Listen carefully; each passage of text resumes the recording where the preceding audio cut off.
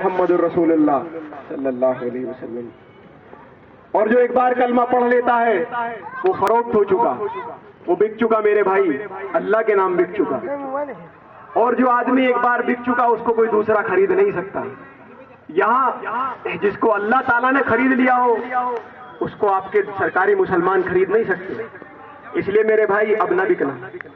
आएंगे तुम्हारे बीच, आएंगे थैलियां खोलेंगे, अरे बहुत खोलेंगे, तो तलब करना, बोलना भाई एक से काम नहीं चलेगा, 10 तो होना, 10 तो चाहिए, कम से कम एक वोट का 10 तो चाहिए।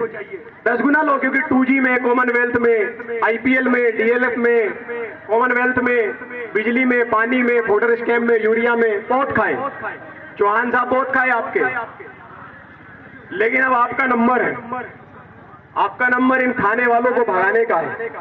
इसलिए मेरे भाई अब ना बिकना, अब नहीं बिकना है और आपको अपने झंडे को मजबूती से पकड़ना है। अपने भाई इमरान शेख को जिताना है, इनको भारी बहुमत से विजयी बनाना है। क्योंकि अगर आप इनको जिताओगे मेरे भाई, याद रखो कि मुसलमानों की तबाही और बर्बादी के कानून इन मैदानों में नहीं बनते।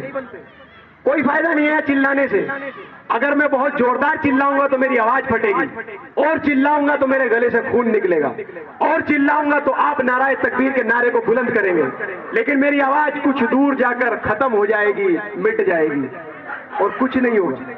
लेकिन यही आवाज, यही जुमले, यही तकरीर अगर ऐवान असेंबली महाराष्ट्र के अंदर होगी तो वो हिंदुस्तान के 25 से 30 करोड़ मुसलमानों के दिलों पर दस्तक देगी।